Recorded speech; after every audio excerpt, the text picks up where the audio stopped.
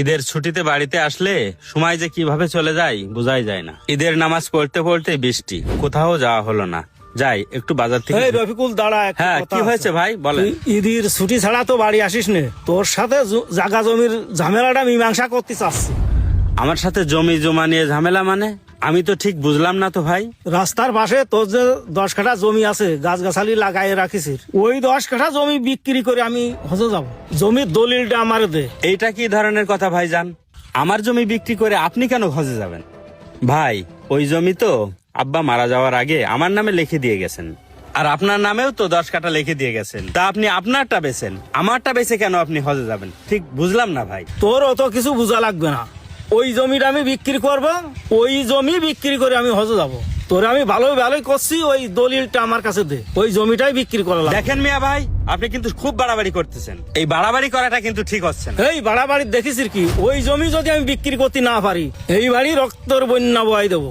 মিয়া ভাই, আপনি কিন্তু এই কাজটা একদম ঠিক করতেছেন না। এরপরও আপনি যদি বাড়াবাড়ি করেন, আমি কিন্তু চেয়ারম্যান মেম্বারের কাছে যাব, আর আমিও দেখে নেব আপনি আমার জমি কি করে বিক্রি করেন। আরে তুই যার কাছে যাবি যা, চেয়ারম্যান মেম্বার সব আমার পক্ষেই থাকবে। আর আমিও দেখবানে চেয়ারম্যান মেম্বার কিভাবে আপনার পক্ষে থাকে। কথাটা মনে রাখেন মিয়া ভাই। আরে যা আমিও দেখে নিবানে, ওই জমি বিক্রি করে আমি হজে যাব। দেখি আমারে কিরা ঠেকাই, আমিও দেখে নিবানে। আচ্ছা মইনুল, তোরা তো সমাজ এই এলাকায় খুব তো নীতি দেখায় বেড়াইস। তোর বাড়ি এমনকি তোর পরিবার, সেই জায়গাতে তোর কোনো নীতি নৈতিকতা নেই। ভাই তুই এসব কি করছিস? আমি তো তোর কথার আগামাতা কিছুই বুঝতে পারতেছি না। এখন নিজের কোটে পড়েছে না, এখন কিছুই বুঝতে পারবি না নে। নিজের কোঠে পড়েছে মানে? ভাই কি হয়েছে তুই আমার একটু ক্লিয়ার করে কদিনই। আরে তোর আব্বা যে কিছুদিন পর হজ করতে যাবে, তোর আব্বা কোন টাকায় হজ করতে যাবে? তোর চাচার জমি জোর জবরদস্তি করে বিক্রি করে দিয়ে সেই টাকায় হজ করতে যাবে, এইটা কি তুই জানিস না? শোন, পরের হক মারে আল্লাহর ইবাদত করলে সেই ইবাদত কবুল হয় না। তোরে আর তোর আব্বারে আমি খুব ভালো মনে করতাম, কিন্তু তুই আর তোর আব্বা যে কাজটা করতেছিস না তোর চাচার সাথে, এই কাজটা কিন্তু একদমই ঠিক করতেছিস না। আরে তুই তো শিক্ষিত মানুষ, তাই করছি এখনো সময় আছে, তোর আব্বার এই কাজে বাধা দে। থাক, আমি চলে গেলাম, কথাটা মাথায় রাখিস।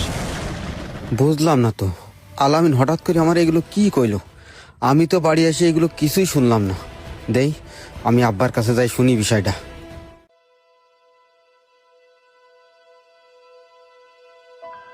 এই সাব্বির, তোর দোকানে সীমাখালিতে 2 বস্তা মাল আসার কথা ছিল, এসে? এ সজীব, হ্যাঁ ভাই। কষি আমার আব্বারে দেখেছিস? কাকার তো দেখিনি, কাকা মনে বাড়ি আছে। কেন ভাই, কি হয়েছে? ভাই রে,